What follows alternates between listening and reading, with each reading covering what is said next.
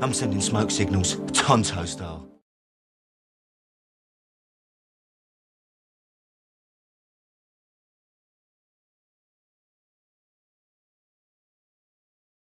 I served 3 tours in Iraq. I just got back from Afghanistan.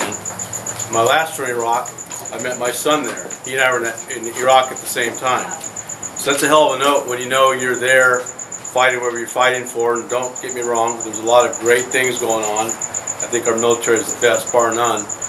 But it's a hell of a note as a father when you have to go out on patrols with other kids. You can't serve with your son in the same group. And you know what your son's going through. Okay, it drives it home when you see your son in the same combat zone. About 10 months after I got back, my 3rd tour in Iraq, I got to go to Afghanistan. I made it back 2 weeks before my son went to Afghanistan. Okay, so we're heavily vested, I guess, in this war thing. And I got to tell you, the war on terror, I don't know what it means anymore. I think we've tried to do the right thing. And I don't know where it goes, but these open-ended wars, they don't do anything for us. You know, where we're at right now is $4.5 trillion. When it's all said and done, the 10 years plus of the wars will cost us in excess of $5 trillion. It's a lot of money. The lives have been lost, the lives have been shattered. The medical care of those guys that left the wire, these young 20-year-old strapping lads, healthy guys, they leave the wire, guess what, they come back and they survive the missing body parts. The trauma that goes on with the kids who see that with their buddies, we don't know what the toll is going to be. And so I'm saying we need to take a step back. We need to take a step back. We're not going to unring the bell, but we are right now. The only thing I like about the Republican discussion at the presidential level, now they're asking questions. What's the end state? Nobody seems to know. But guess what? In war, you really should know what you're getting into. You really should have a mission, accomplish a mission, and then be done. Okay? You can't have these rolling gun battles. It's too expensive and it doesn't make any sense. Having said that, I'm not protesting the war, but I want to reframe some questions here. I'm a combat vet, okay? I've seen some pretty bad things. You reconcile in your own mind how you deal with that. But that aside, this discussion about going to war somewhere else, we're not doing Afghanistan, it's crazy. It's crazy.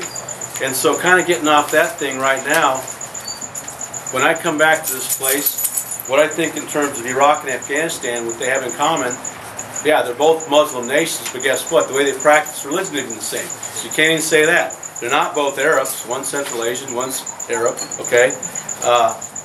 And their customs and traditions are totally different. But what they have in common is this. They're both failed states. They're failed states primarily because they can't secure their borders. They never have, okay? I come back to Arizona, and to back up a little bit, my son and my daughter, they're the 8th generation of my family born in Arizona. We've been from here forever. And so I come back to a place I call home, and I see the border with Mexico is not secure. The border with Canada is not secure. But right now, the nefarious activity is kind of on the Mexican border. Okay, so we know that there's a lot of bad things running rampant down there. And my thought is this, wow, okay, so all this talk about the Persian Gulf, and guess what? I've transit straits were removed. It's not even an e-ticket ride. Okay, so all this fear-mongering stuff. The Iranians, if it's a military threat, they've got 5 frigates. 5 frigates. So really not the threat the media's making it out to be, the right and the left. But I come back to Arizona and you see these things happening here on the border, spilling over. It's said to be drug cartels that are in Maricopa County, you know, and doing a lot of things that really impact us. So if we leave that unchecked, does that have more of an impact on us as Arizonans, our safety? Something happens with these drug cartels moving north, or something happens in the Persian Gulf? Okay, it's a funny thing to start thinking about. So national security, if this debate, Matt and some other folks were at, that came up, we have 2 people right away, hey, let's bomb Israel. Really? Why would you want to do that? You know, but that's the party line. We have to change the line here.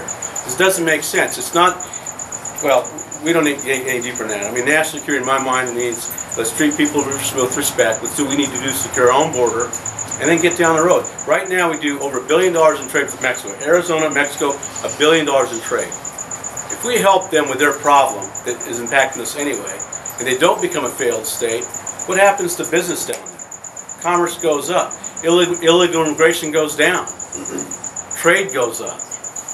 it just makes too much sense. So the last thing I'll say is this: as a combat vet, I don't want to talk about the war. I want to talk about the economy, and nobody really is doing that. Well, Ron Paul is, but the local levels, no one's doing that, and that's insane. Because the wars cost a lot of money, they could continue to cost a lot of money.